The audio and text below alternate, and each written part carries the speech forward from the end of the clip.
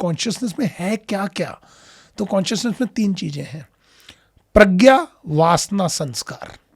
जब हम में से कोई भी व्यक्ति जब शरीर छोड़ते हैं तो 3 चीज हम साथ लेके जाते हैं: प्रज्ञा, वासना, संस्कार। इन 3 चीजों के हिसाब से ही, इन 3 चीजों की प्रेरणा से ही हम नए जीवन को चुनते हैं। तो प्रज्ञा अर्थात इवॉल्व्ड कॉन्शियसनेस, जो कॉन्शियसनेस मेरी इवॉल्व हो गई। मान लीजिए इस जीवन में आपने एक ऐसा जीवन जिया जिसमें आपने बहुत हिंसा करी, आप बहुत हिंसक व्यक्ति थे।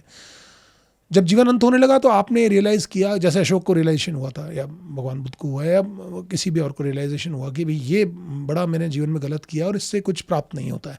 तो आप एक इवॉल्व्ड कॉन्शियसनेस हो गई कि हिंसा गलत है, ये आपने जान लिया इस जीवन में।